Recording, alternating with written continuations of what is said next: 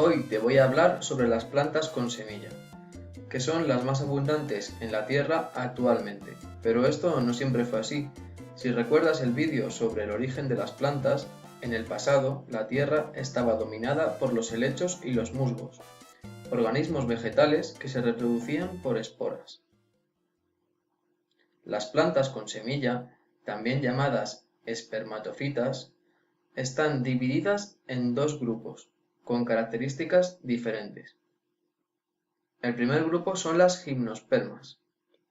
La característica que da nombre al grupo es que no tienen la semilla totalmente protegida. A su alrededor se encuentra un órgano que se llama piña. Las piñas no protegen del todo la semilla, sino que tienen una abertura por la que la semilla puede entrar en contacto con el exterior. Por eso se llaman gimnospermas, que significa semilla desnuda. Las gimnospermas son siempre plantas leñosas, con abundante lignina, por lo que siempre son árboles o arbustos. El sistema reproductivo es a través de conos. Los conos son hojas especializadas en la reproducción, pero estas hojas siempre son masculinas o son femeninas. La polinización habitual ocurre a través del viento. El otro grupo, las angiospermas, son plantas que tienen la semilla protegida completamente por un fruto. Este fruto rodea a la semilla y no deja ninguna abertura hacia el exterior. Son plantas que pueden ser leñosas, pero también pueden ser herbáceas, es decir, sin nada de lignina. Hay de los dos tipos. El sistema reproductivo de las angiospermas es a través de flores que pueden ser masculinas o femeninas, es decir, dioicas, aunque también existe la posibilidad de que tengan a la vez los dos sexos dentro de una misma flor, monoicas. Por último, la polinización la realizan los insectos o algunos pájaros, aunque en algunas especies también lo hace el viento. Se cree que las primeras plantas con semilla eran gimnospermas, parientes de las actuales cícadas. Son plantas que aún viven en nuestras selvas lluviosas, que pueden parecer palmeras, pero a diferencia de estas, para reproducirse, forman una piña enorme y colorida donde se va a desarrollar la semilla. Otras plantas con semilla desnuda son las ginkofitas, de las cuales en la actualidad solo nos queda una especie, que constituye un fósil viviente. Esta especie es el Ginkgo biloba. Anteriormente había grandes bosques de estas plantas. Las gimnospermas más conocidas son las del grupo de las coníferas, que engloba a los pinos, los cipreses o los abetos, y que forma grandes bosques en la actualidad, sobre todo en zonas frías y secas como las montañas y el bioma de la taiga. Las gimnospermas presentan algunas ventajas frente a los helechos.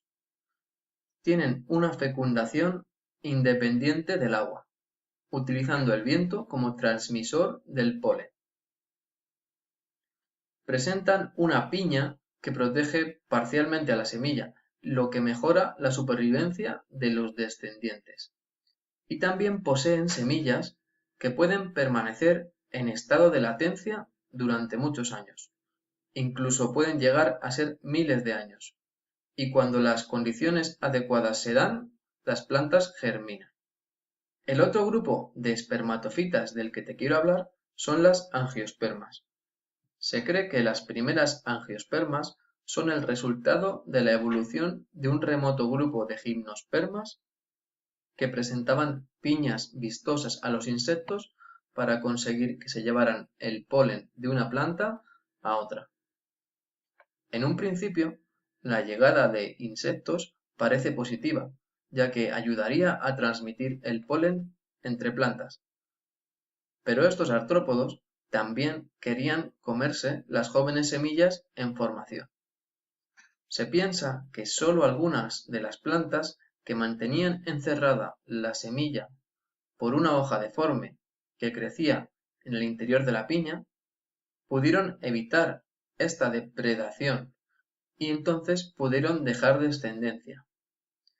Esta hoja deforme actualmente se conoce como carpelo y es la estructura que rodea a la semilla y que dará lugar al fruto.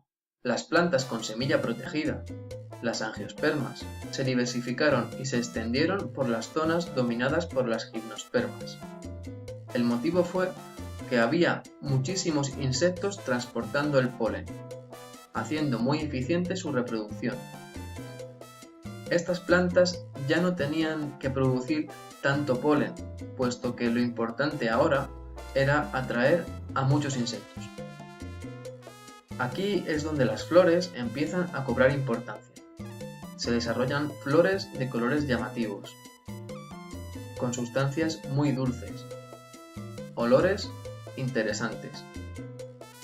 Todo lo necesario para atraer a los valiosos polinizadores. Si nos fijamos, la flor típica de una planta angiosperma está compuesta por distintas partes. El pistilo es la parte femenina de la flor, que tiene forma de botella. La zona superior se conoce como estigma y es donde se sitúa el polen. El grano de polen se alarga y desciende por el tubo que comunica con el ovario. Este tubo se llama estilo. En el ovario es donde se encuentra el óvulo y donde se va a producir la fecundación. A los lados de la parte femenina se encuentra la parte masculina, que está formada por los estambres, que se componen de un filamento y una antera, que es donde se maduran los granos de polen. Dentro de los granos de polen se encuentran los gametos masculinos, los espermatozoides. Es importante destacar que existen especies con parte masculina y femenina a la vez, lo que se conoce como monoicas, y también especies que solamente tienen parte masculina o parte femenina. Tienen sexos separados en distintas flores, y esto se conoce como especies dioicas.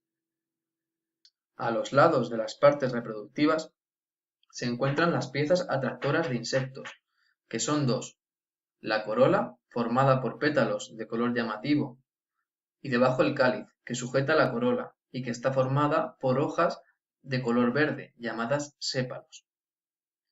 Quiero destacar que las flores son hojas modificadas, que desde los helechos han ido cambiando su función fotosintética para ayudar a la reproducción, haciendo de esta un proceso cada vez más sofisticado. Algunas angiospermas han vuelto a imitar el modo de polinización de las gimnospermas, utilizando el viento como transporte. Algunas especies con este tipo de reproducción son los avellanos y la encina. Los frutos de las angiospermas se han especializado en proteger a la semilla y facilitar su dispersión. Aquí tenemos algunos ejemplos.